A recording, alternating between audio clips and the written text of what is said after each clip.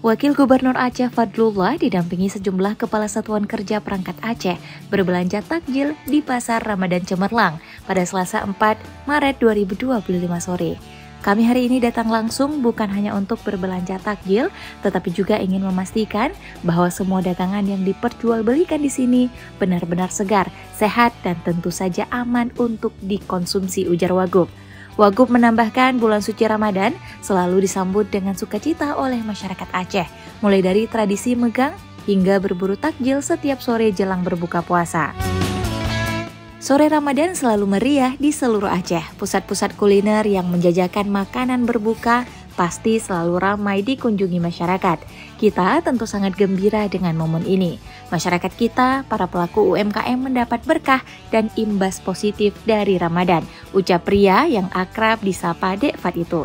Pada kesempatan itu, Wagub mengajak seluruh masyarakat Aceh untuk turut memberdayakan UMKM dengan berbelanja takjil di pasar Ramadan yang melibatkan UMKM lokal. Di pasar Ramadan, Wagub berbelanja berbagai penganan berbuka, mulai dari mie calu, lemang, cendol, risol, sambai, kelapa muda, ayam goreng, serta berbagai jenis jajanan khas Ramadan lainnya.